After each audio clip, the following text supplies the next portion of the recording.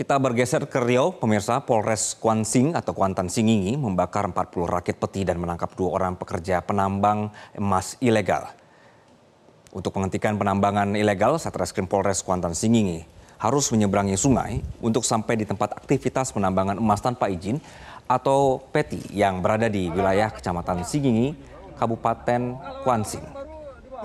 Setibanya di lokasi, petugas Satreskrim langsung membakar sekitar 40 rakit peti milik penambang liar. Petugas juga menangkap 2 orang yang diduga sebagai pekerja penambangan emas. Masyarakat sekitar sempat melakukan perlawanan kepada petugas saat membawa kedua orang pekerja ke Polres Kuantan Singingi. Sementara itu, Polres Kuansing menyatakan masih melangsungkan pemeriksaan mendalam terhadap 2 orang pekerja di penambangan ilegal tersebut.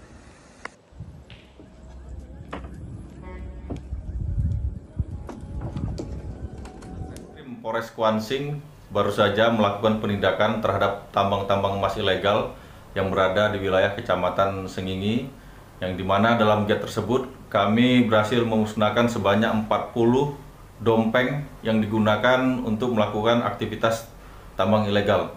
Selain itu kami juga mengamankan sebanyak 2 orang yang saat ini masih kami lakukan pendalaman dan interogasi. Untuk ke depan kami akan melakukan gelar perkara untuk melanjutkan ke tingkat penyidikan.